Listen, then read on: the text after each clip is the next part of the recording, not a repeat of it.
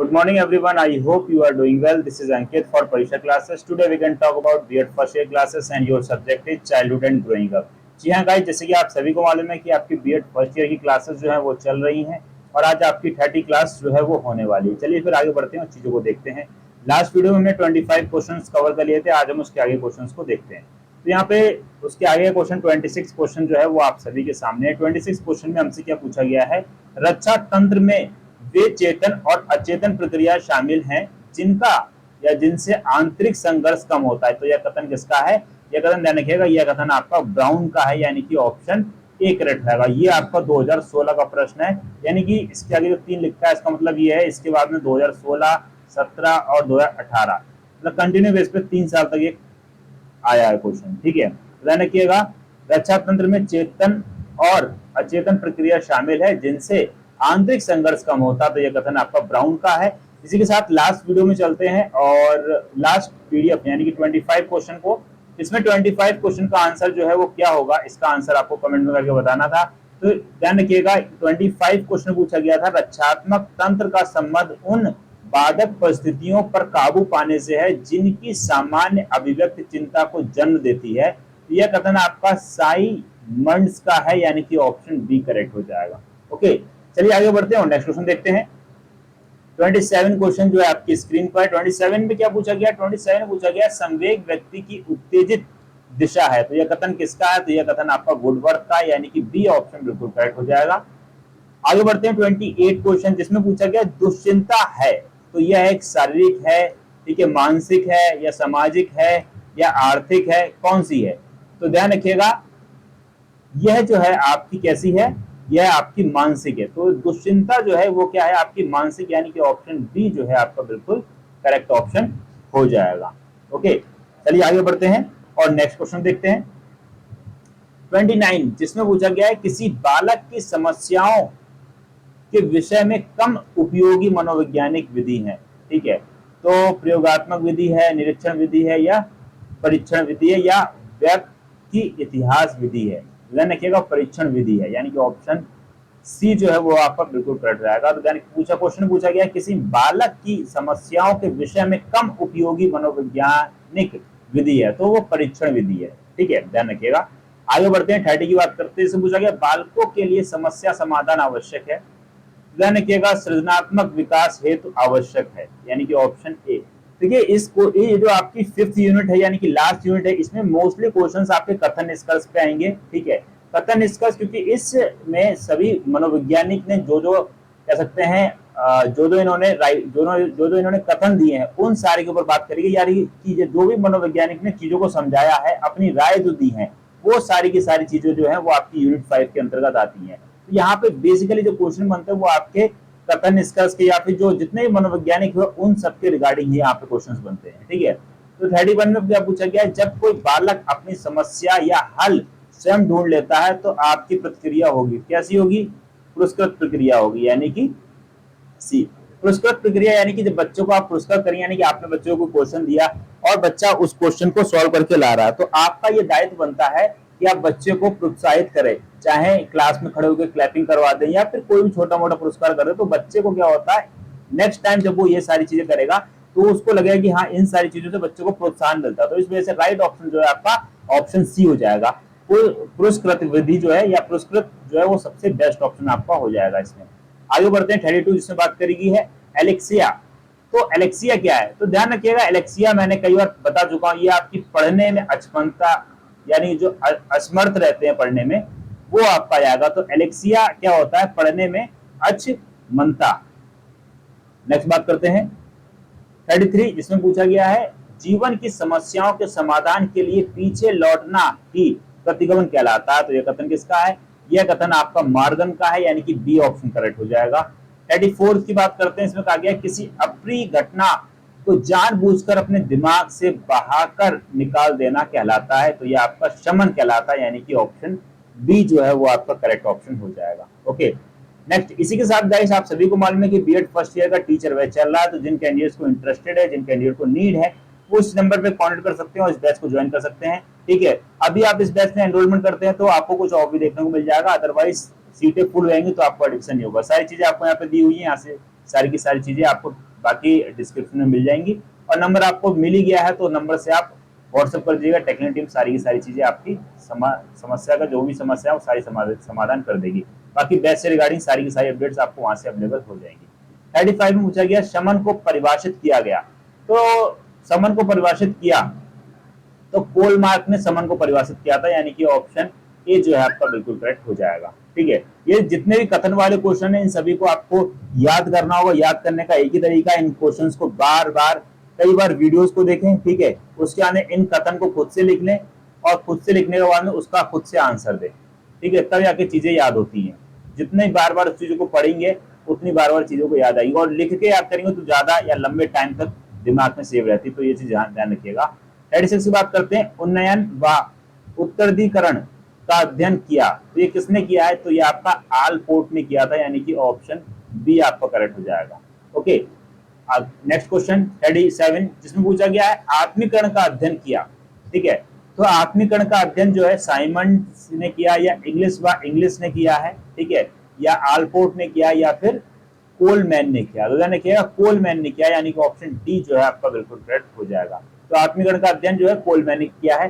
बाकी गाइस देखो इन क्वेश्चंस में क्या होता है कि कई सारी चीजें में डाउट होते हैं, लेकिन यहाँ पे जितने भी क्वेश्चन मैं बताता हूँ वो सारी की सारी चीजों को कई बार वेरीफाई करने के बाद आपके सामने लेकर आता हूँ। पर उसके बावजूद अगर आपको किसी क्वेश्चन में डाउट या कोई संदेह हुआ करो तो कमेंट कर दीजिएगा, ताकि उस क्वेश्चन को मैं एक बार दोबारा से फिर से टैली कर लूँ। बाकी मैं 2 से 3 बार टैली करने के बाद में ही चीजों को आपको यहाँ पे बताने की कोशिश करता हूँ। ठीक है, 38 क्वेश्चन, तो गाइस इस क्वेश्चन को मैंने बहुत ढूंढा, ठीक है, पर उसके बावजूद भी काफी कम डाटा जो है इस क्वेश्चन के बारे में मिला हुआ है। तो उसके अकॉर्डिंग जो है यहाँ पे पूछा गया था दमन यानी कि रेस्पिरेशन का अध्ययन जो किया गया है, तो यह आपका फ्रायड के द्वारा किया गया है। ठीक है, बाकी आपके रिगार्डिंग क्या, बाकी मेरे अकॉर्डिंग तो इसका आंसर जो है फ्रायड ही होना चाहिए। ठीक है, नेक्स्ट आगे बढ़ते हैं और नेक्स्ट क्वेश्चन को देख लेते हैं। नेक्स्ट क्वेश्चन जो है 39 जिसमें पूछा गया परीक्षा से पूर्व बुखार आने का बहाना उदाहरण है, ये प्रतिगमन का है, आत्मीकरण का है, उन्नयन का है या रूपांतरण का है। तो ध्यान रखिए ये आपका रूपांतरण का है, यानी कि जहां परीक्षा है और आपको बुखार आने लगा, आप कह रहे हैं कि मम्मी मेरा सर दर्द हो रहा है या कोई ना कोई बहाना बना रहे हैं, तो ये रूपांतरण का, यानी कि ऑप्शन डी जो है करेक्ट ऑप्शन हो जाएगा। 40 की बात करें, इसमें बात करेगी मानसिक स्वास्थ्य का अर्थ है, मानसिक स्वास्थ्य दिमाग से स्वस्थ होना, ठीक है, मानसिक कार्यों का समन्वय संचालन, यानी कि दिमाग जो है सुचारू रूप से चलना, अच्छे से काम करना। ठीक है, ऑप्शन सी जो है वो बिल्कुल करेक्ट हो जाएगा। 41 की बात करते हैं, इसमें कहा गया किसने कहा है संवेग शब्द विचलित होना अथवा उत्तेजित होने की दशा को सूचित करता है, 2018 का प्रश्न है, यह आपका जर्शील्ड ने कहा है, यानी कि बी ऑप्शन करेक्ट हो जाएगा। 42 जिसमें बात करेगी पियाजे के विचार में आत्मसातीकरण है, ये भी 2018 का क्वेश्चन है।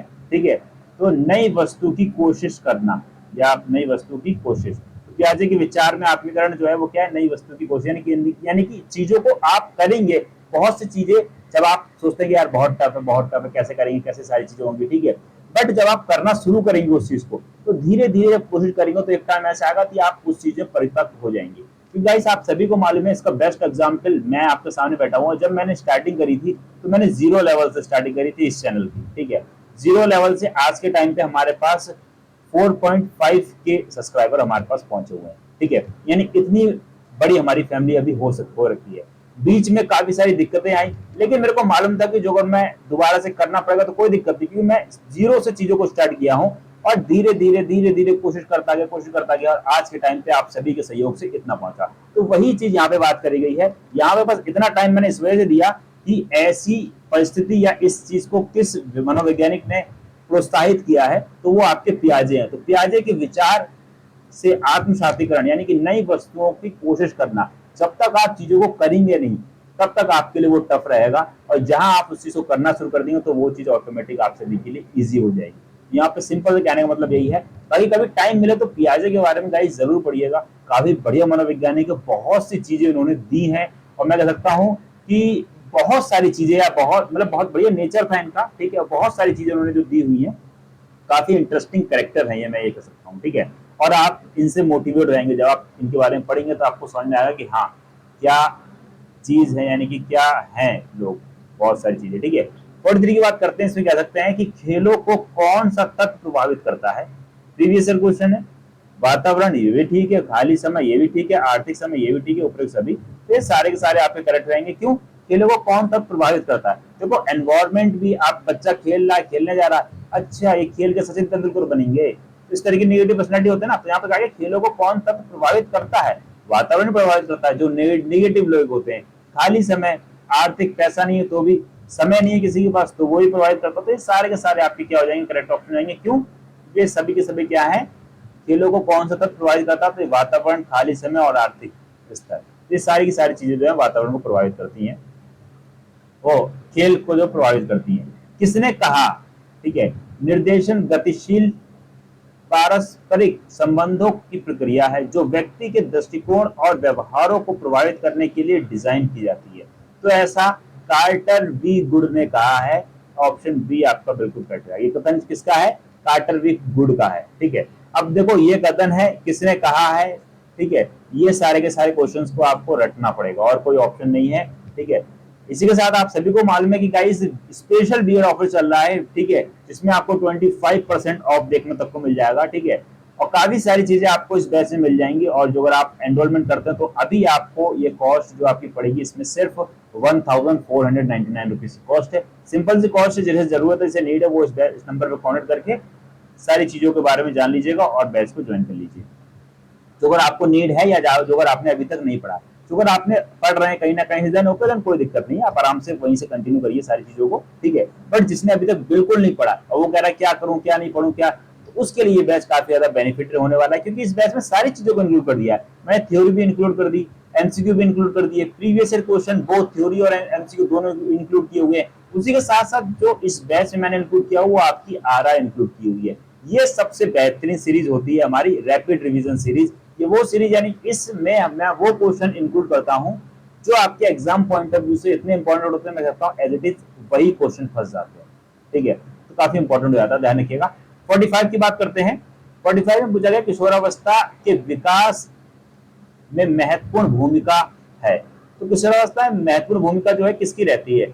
निर्देशन की, परामर्श की, या दोनों की? तो यह निर्देश, इस टाइम पे बच्चों को निर्देश भी दिया जाती है और परामर्श भी दिए जाते हैं, सलाह भी दी जाती है। ठीक है, कुछ चीजें जबरदस्ती कराई जाती हैं, ठीक है, और कुछ चीजें सलाह से भी कराई जाती है। तो ए और बी दोनों चीजें बिल्कुल करेक्ट ऑप्शन हो जाएगा।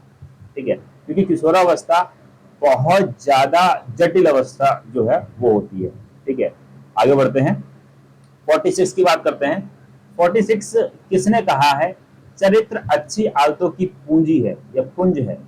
ठीक है, पुंज कर सकते हैं, बाकी पूंजी है ये भी हो सकता है। ठीक है, तो ये आपका इस्माइल ने कहा है, यानी कि ऑप्शन बी बिल्कुल करेक्ट हो जाएगा।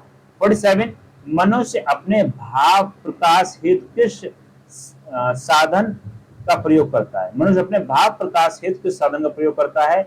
स्पर्श संकेत, दृष्ट संकेत, श्रवण संकेत। तो भाई ये सारी की सारी चीजों का मनुष्य प्रयोग करता है।